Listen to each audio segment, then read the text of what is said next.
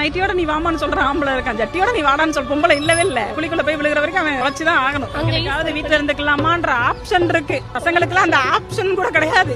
ஒரே ஆப்ஷன் தான், குளிக்குள்ள போய் படுக்கிற வரைக்கும் வேலையை பார்த்துட்டு போப்பா அப்படின்ட்டு. ஆபீஸோட டென்ஷன்ல வந்து உட்கார்ந்து இருப்பாங்க.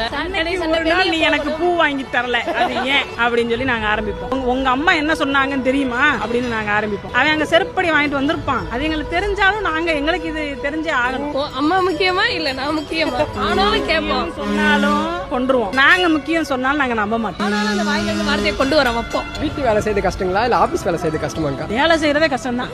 அந்த ஒரு பொண்ணு ரீல்ஸ் போட்டுருந்துச்சு, நான் வேலைக்கு போயே தீர்வேன் அப்படின்னு போயிட்டு அடுத்து உட்காந்து இப்படி வெங்காயம் உரிச்சுக்கிட்டு நான் ஏன் வேலைக்கு போனோம் அப்படின்னு சொல்லி போட்டிருக்கோம்ல. அதுதான் கேள்வி கேட்கலாம் அப்படிங்கிற மாதிரி கஷ்டம் தான். எங்களோட ஒவ்வொரு நாளைக்கு ஒவ்வொரு மாதிரி இருக்கும். எதுக்காக மூஞ்சி தூக்கி வச்சிருப்போனே தெரியாது. அவங்க வந்து கெஞ்சறப்போ நல்லா இருக்கே அப்ப இன்னும் கொஞ்சம் நேரம் ஆள் பக்கத்துல இல்லாதப்பதான் எங்களுக்கு பாவமா தோணும். ஆள் பக்கத்துல இருக்கல எனக்கு பாவமா தோணாது.